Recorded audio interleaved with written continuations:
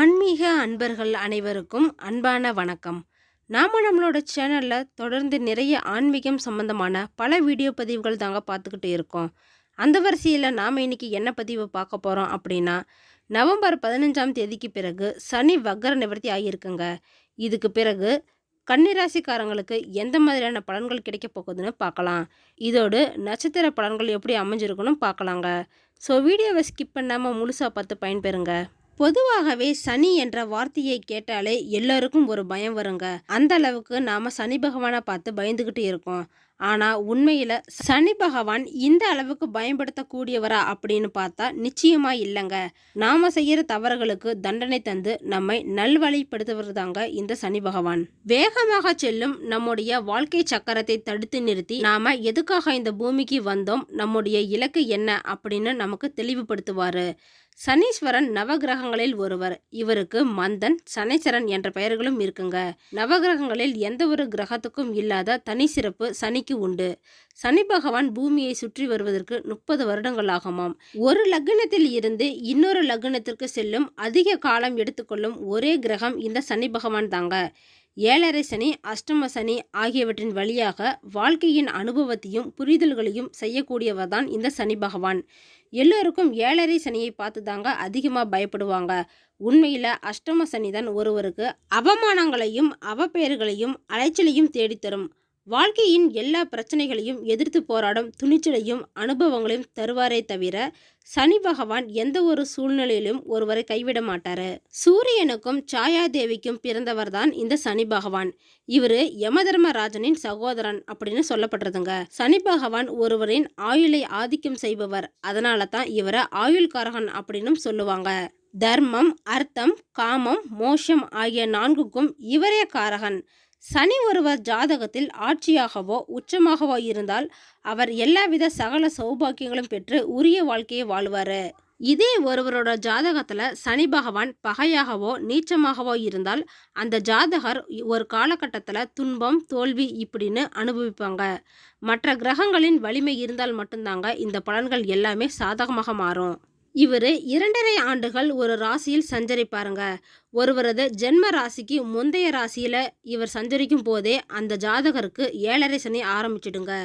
அங்கே இருந்து ஜென்ம ராசிக்கு வந்து அதுக்கப்புறம் ஜென்ம ராசிக்கு அடுத்த ராசியில் சஞ்சரித்து முடியும் வரை பிரித்து சொல்லப்படுதுங்க. இந்த 7.5 வருடங்கள் இதுதாங்க. இதைத்தான் மங்கு சனி, தங்கு சனி, பொங்கு சனி அப்படின்னு பிரித்து பலன் சொல்லுவாங்க. தர்மம் தவறாமல் நேர்மை ஒழுக்கத்துடன் வாழ்பவருக்கு சனி பகவான் அனுகிரகத்தோடு சகல சௌபாக்கியங்களையும் ஏற்படுத்துவாரு.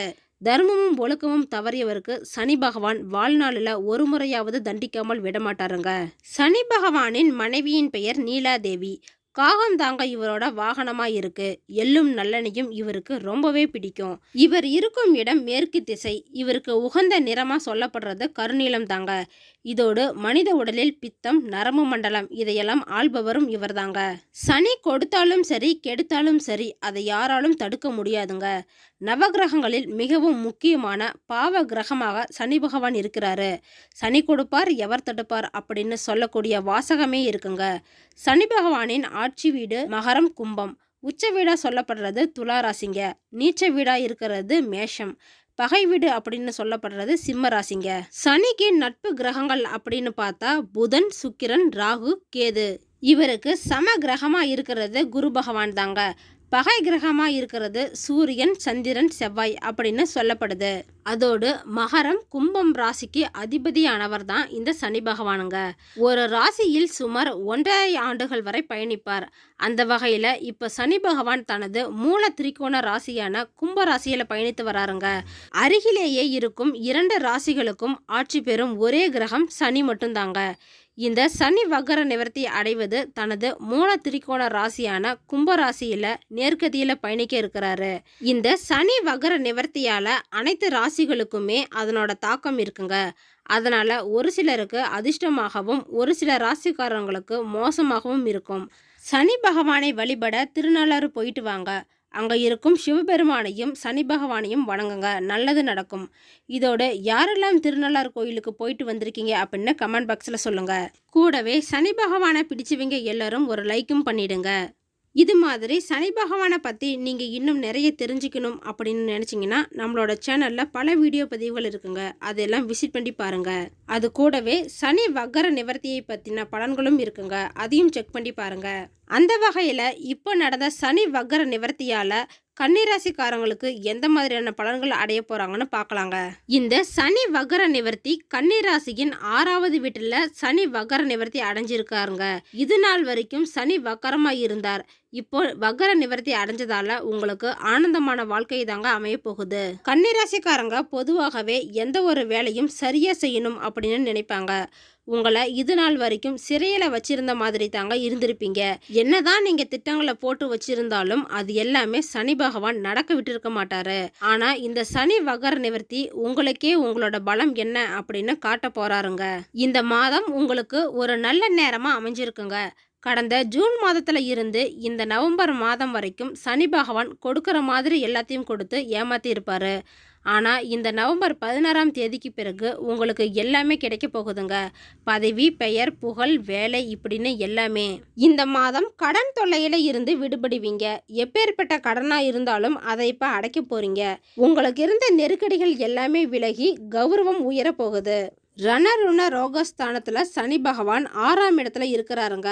அவரு 7ஆம் இடத்துக்கு போக போறாரு நவம்பர் 25ஆம் தேதியில. சப்தமாதி ஸ்தானம் அப்படின்னு அதுக்கு பெயருங்க. இந்த நாளில் நல்ல ஒரு பலத்தை பெற்று நீங்கள் முன்னேற்றத்துக்கு வரப்போறீங்க.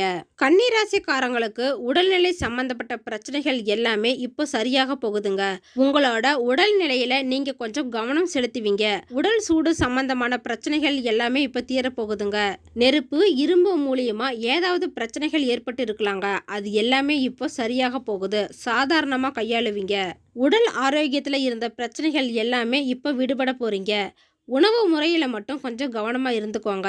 இந்த சனி வக்கர நிவர்த்தியால் பண விஷயத்தில் கன்னிராசிக்காரங்களுக்கு சனி பகவான் நல்லது தாங்க செய்ய போகிறாரு. பண விஷயத்தில் கொஞ்சம் சிக்கனமாக இருக்கிறது நல்லதுங்க. வீண் செலவுகளை எதுவும் செய்ய வேணாம். இந்த சனி வக்கர நிவர்த்தியால் உங்களுக்கு பல வழிகளில் இருந்து பணம் வரப்போகுது. நீதிமன்ற வழக்குகளில் நல்ல ஒரு வெற்றியை ஏற்படுத்துவார். ஏற்றுமதி இறக்குமதி தொழில் செய்கிறவங்களுக்கு சிறப்பாக இருக்க போகுதுங்க. தொழில் வியாபாரத்தில் முன்னேற்றம், லாபம் அதிகரிக்கிற வாய்ப்பும் இருக்கு.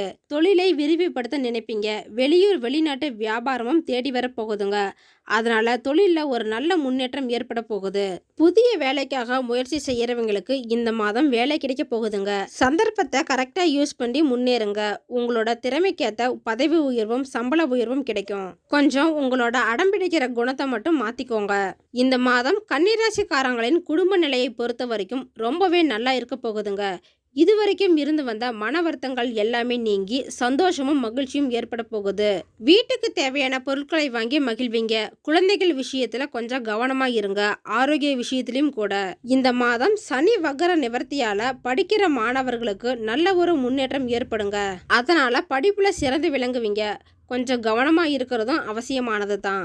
கன்னிராசிக்காரங்களுக்கு இந்த மாதம் திருமண பாக்கியம் இருக்குங்க. கூடவே குழந்தை பாக்கியமும் அமைய போகுது. நீங்க எந்த விஷயங்கள் எல்லாமே நடக்கல அப்படின்னு கவலைப்பட்டுட்டு இருந்தீங்களோ அது எல்லாமே இந்த சனி வக்கர நிவர்த்தியால நடக்க போகுதுங்க. உத்திரம் நட்சத்திரத்தில் பிறந்தவங்க இந்த மாதம் வீண் அலைச்சல்கள் உண்டாகுங்க. மற்றவங்களுக்கு உதவி செய்யறதுல ஆர்வம் ஏற்படுங்க. எந்த காரியத்தை செஞ்சாலும் யோசிச்சு செய்யறது நல்லது. பணம் சார்ந்த கஷ்டங்கள் எல்லாமே குறைஞ்சு வெற்றி கிடைக்க போகுதுங்க. அஸ்தம் நட்சத்திரத்தில் பிறந்தவங்க இந்த மாதம் காரிய அனுகூலம் ஏற்பட போகுதுங்க. எடுத்த காரியத்தை திறமையா செஞ்சு முடிக்க தேவையான உதவிகள் எல்லாமே உங்களுக்கு கிடைக்கும். எந்த ஒரு பிரச்சனையும் எதிர்கொள்ளும் தைரியமும் கிடைக்க போகுதுங்க. சித்திரை நட்சத்திரத்தில் பிறந்தவங்க இந்த மாதம் ரொம்ப நாளா மனதை உறுத்திக்கிட்டு இருந்த பிரச்சனைகள் எல்லாமே சரியாக போகுது.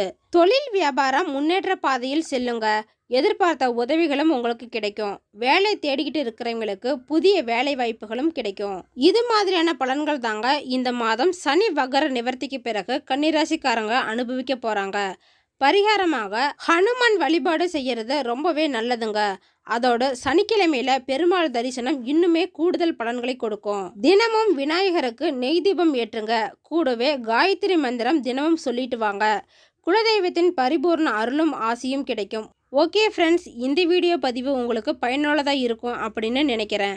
அடுத்தடுத்து நம்ம சேனலில் ஆன்மீகம் சம்மந்தமான பல வீடியோ பதிவுகள் தாங்க வரப்போகுது.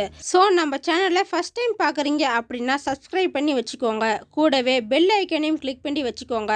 அப்போ தான் நாங்கள் போடுற வீடியோ பதிவு உங்களுக்கு உடனே கிடைக்கும்.